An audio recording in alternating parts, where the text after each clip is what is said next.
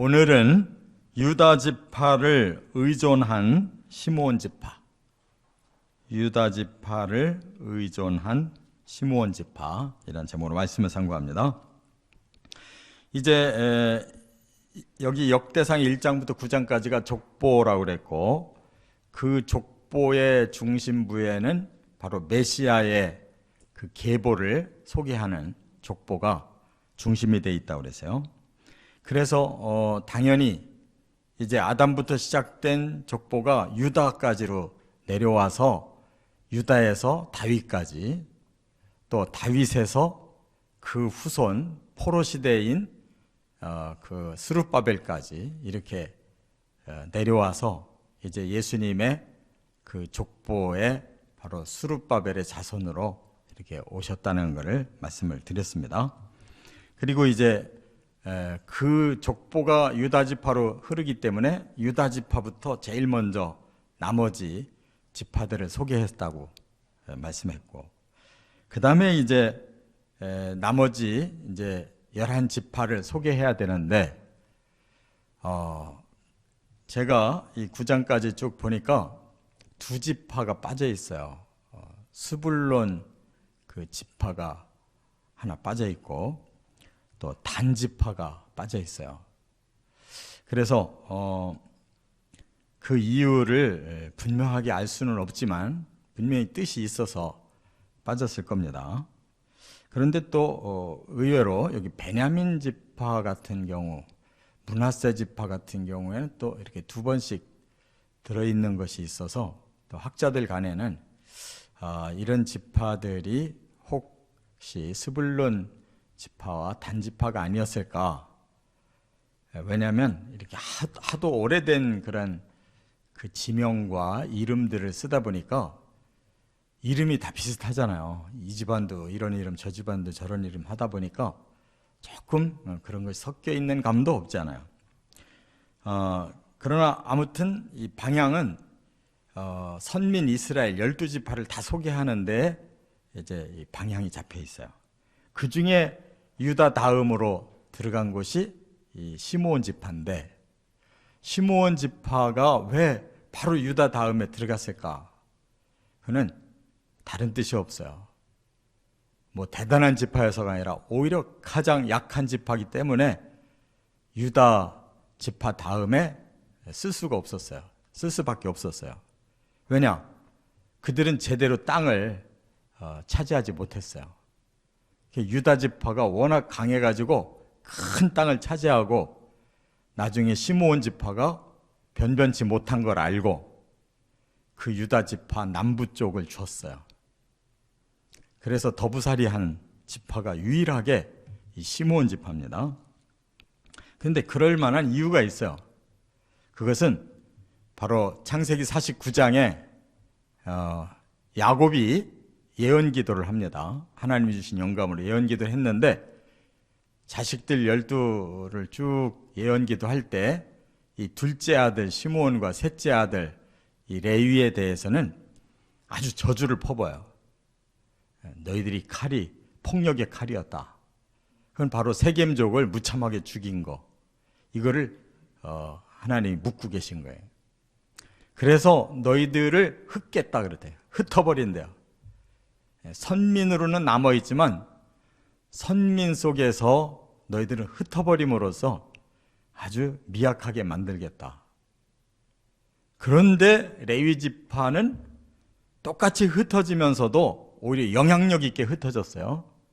그거는 모세가 태어나는 바람에 아론의 그 제사장권이 그 지파에서 나오고, 또 모든 레위인들은 다 하나님 앞에 헌신자로 하나님이 삼으시는 바람에 전국으로 흩기는 흩었어도 영향력 있게 남아있게 했고, 시므온 지파는 그런 이유가 하나도 없었기 때문에 결국은 흩어지는데 이렇게 미약하게 유다 지파에 얹혀서 겨우 명맥을 유지하고 있었다, 그 말이에요.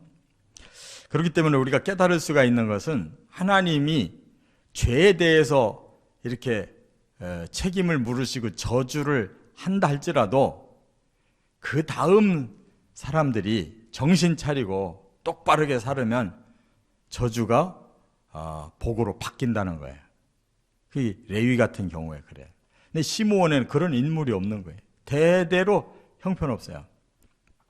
그래도 이제 마지막 부분에서 조금 분발하는 모습을 보게 되는데 그것도 그럴 만한 이제 상황이 왔기 때문이에요. 그래서 오늘 세 가지로 이 시므온 지파에 대해서 말씀을 나눕니다. 첫째, 24절부터 27절까지 보면 번성하지 못했다 하는 거예요. 첫째가 인구가 작아요.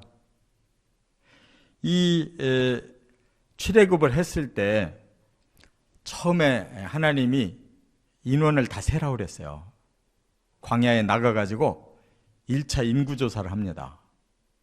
그런데 그때는 다 엇비슷했어요. 그 1차 인구조사 때 59,300명이 명단에 나왔어요. 시므온 지파가. 그런데 40년이 지난 후에 이제 가나안 땅을 들어가기 직전에 인구조사를 또 한 번 하게 하셨어요. 그때 22,000명으로 줄었어요. 반도 더 줄은 거예요. 그러니까 광야 40년 동안에 못된 짓을 많이 해가지고 많이 저주를 받고 죽은 거예요. 40년 동안. 그래서 결국 인구가 대폭 감소가 된 상태에서 가나안 땅을 준들 힘이 있어야지 정복을 해서 영토를 차지할 텐데 힘이 없는 거죠. 그러니까 가장 힘이 있는 유다 지파에게 얹힐 수밖에 없는 거예요. 그러니까 우리가 항상 이 기준을 세울 때 하나님의 공의의 기준을 세워야 됩니다. 의롭지 않은데 잘 되는 거는 길게 갈 수가 없어요. 그렇기 때문에 광야 40년 만에 이들은 반쪽으로 줄어들어 버리고 반쪽도 못되게 줄어들어 버리고 그 다음에 이렇게 번성하지를 못한 그 여파로 그들은 아주 형편없는 지파로 몰락해 버린 것이에요. 그래서 오늘 본문에도 27절에 그렇게 설명하고 있어요. 시므이에게는 아들 16과 딸 6이 있으나 그의 형제에게는 자녀가 몇이 못 되니 그들의 온 종족이 유다 자손처럼 번성하지 못하였더라. 그러니까 시므온의 이 자손들을 이렇게 분석을 해주는데 아들이 16이나 있고 딸이 6이나 있는 집안도 있지만 다른 집안들은 상대적으로 너무 종족이 잘 퍼지지 못해서 유다 자손들, 유다 지파를 이제 예로 들어서 그 유다 지파에 비하면 너무 번성을 못했다 하는 거예요. 그러니까 이것이 바로 다 공의에 어긋난 이런 지파로서 계속 첫째 그 조상인 시므온부터 그 자손들이 계속 정신 못 차리고 그렇게 공의를 행하지 못하니까 광야 시대에서도 또 이렇게 가나안 정착 후에도 계속 저주가 흐르고 있다는 걸 알 수가 있어요. 그래서 우리가 하나님의 그 법하면 바로 의가 기준이라는 거, 그리고 모든 사람 앞에서 공의롭게 살아서 남을 해치지 않아야 된다는 거, 이걸 아주 명심하라고 하나님 말씀하고 있어요. 두 번째, 28절부터 33절 유다 기업에 얹혀 살았다 하는 것을 여기서 말씀하고 있어요. 그들이 어디에 정착했느냐라는 걸 28절부터 이렇게 말씀하면서 그 거주한 지역을 얘기하는데 28절에 보면 부엘세바와 이렇게 말씀하고 있어요. 부엘세바라는 것이 이 지금 시므온 지파가 가서 살은 제일 유명한 도시 이름이에요. 부엘세바는 아브라함도 거기 살았고 이삭도 살았고 야곱도 살았던 그 가나안 땅 중에 제일 남단의 중심 도시가 부엘세바예요. 거기서 우물을 파가지고 매번 뺏기고 했던 그런 곳이기도 해요. 그래서 그 부엘세바라는 이름 자체가 맹세의 우물, 또 7개의 우물, 이런 뜻이 있어요. 우물을 계속 팠고 또 거기서 아비멜렉과 서로 이제 조약을 맺고 다시는 이 우물을 뺏는 일이 없도록 이렇게 했던 곳이 이 이스라엘 땅 제일 남단에 있는 브에세바인데, 바로 유다가 거기까지 다 차지했지만 나중에 시므온 지파가 갈 데가 없으니까 유다 지파가 제일 남쪽을 준 거예요. 그래서 여기에 있는 도시 이름들, 이 성읍의 이름들이 다 그쪽이에요. 그리고 이제 그 밑에 30절에 보면 부두엘과 호르마와 시글락 이런 이름이 나와요. 이 이름들은, 호르마나 시글락 이런 부분들은 이제 그 시글락 같은 경우에는 저 블레셋이 있는 그쪽 서쪽 해변 쪽을 말하고, 호르마 그러면 이 내륙 쪽, 그 에돔 족속들이 있는 사해 밑에 부분, 그쪽을 말해요. 그러니까 유다 지파가 차지한 땅 중에 제일 남쪽에 이렇게 동쪽 서쪽으로 이렇게 쭉 퍼져서 살았다, 그런 뜻이에요. 변두리에 사는 거예요. 완전히 남의 집에 얹혀 살다 보니까 제일 변두리 지방에서 이렇게 얹혀 살았다는 거예요. 그런데 여기 그 끝에 그 33절에 보면 그 성읍이 이제 다윗 시대까지, 여기 31절에 다윗 왕 때까지 이 모든 성읍이 그들에게 속하였다라고 말을 하고 있는데, 이 말은 뭐냐면 다윗 왕 때가 돼가지고 그나마도 그 지역을 뺏겼다는 뜻이에요. 다윗이 워낙 왕권이 강해지다 보니까 이제 유다 지파가 힘이 세져가지고 또 오랜 역사가 지나가니까 지파 개념들이 이제 형제 개념에서 완전히 남남으로 이렇게 서서히 바뀌니까 거기까지 유다가 이제 차지하게 되고 그것마저도 뺏겼다, 이런 뜻이에요. 이와 같이 안 되는 사람들이 왜 계속 안 되느냐, 안 될 이유가 있는 거예요. 그들이 개과천선을 해야 돼요. 한번 저주받았다고 그걸로 끝나는 게 아니고 그 조상의 죄에 대해 물은 것이에요. 그러면 그 후대 사람들은 다 자유의지에 의해서 우리 조상들이 잘못한 걸 우리는 다시 반복하지 말자, 그 후손들의 자유의지에 의해서 다시 선을 선택하고 의를 선택하고 하나님을 붙들고 이렇게 경외를 하면 저주가 싹 바뀌는 거거든요. 그런데 이들 후손 중에는 그런 사람이 하나도 없는 거예요. 그러니까 계속 조상의 죄, 그들의 죄, 계속 그것으로 이렇게 저주 상태로 머물렀다는 거. 그래서 남의 집에 얹혀 사는 그런 신세로 살았다는 거예요. 그래서 혹시 우리가 당대 예수를 믿었는데 우리 집안들, 윗집안들이, 조상들이 그런 집안이 있거들랑 우리는 안 되는가 보다 이렇게 생각하지 말고, 그럼 우리 조상들의 죄값이구나. 그러나 우리부터 진리를 알고 하나님 알고 어떻게 살아야 되는지 의의 길을 알았으니 이제부터는 그런 일 없다. 완전히 개과천선을 해야 돼요. 그럼 집안이 싹 바뀌는 겁니다. 그래서 훌륭한 하나님의 종들도 배출되고 축복받은 훌륭한 집안으로 변화되는 거예요. 꼭 믿으시기 바랍니다. 세 번째 34절부터 43절까지가 이제 바로 그런 얘기가 나오는 거예요. 일부 용기 있는 자들이 이주를 했다 그랬어요. 다윗 시대가 되니까 있던 의부살이 하던 땅마저도 이제 뺏기게 되는 거예요. 그래서 그 후에 두 차례에 걸쳐서 집단적인 이주를 하게 되는데, 여기 34절부터 41절까지는 1차 이주한 내용이 나와요. 거기 이주자 명단이 13방백 명단이 나오는데, 이들이 13방백으로 인구가 늘어나 있었어요. 그 사이에. 그래서 히스기야 때 이들이 매우 번성했다는 거예요.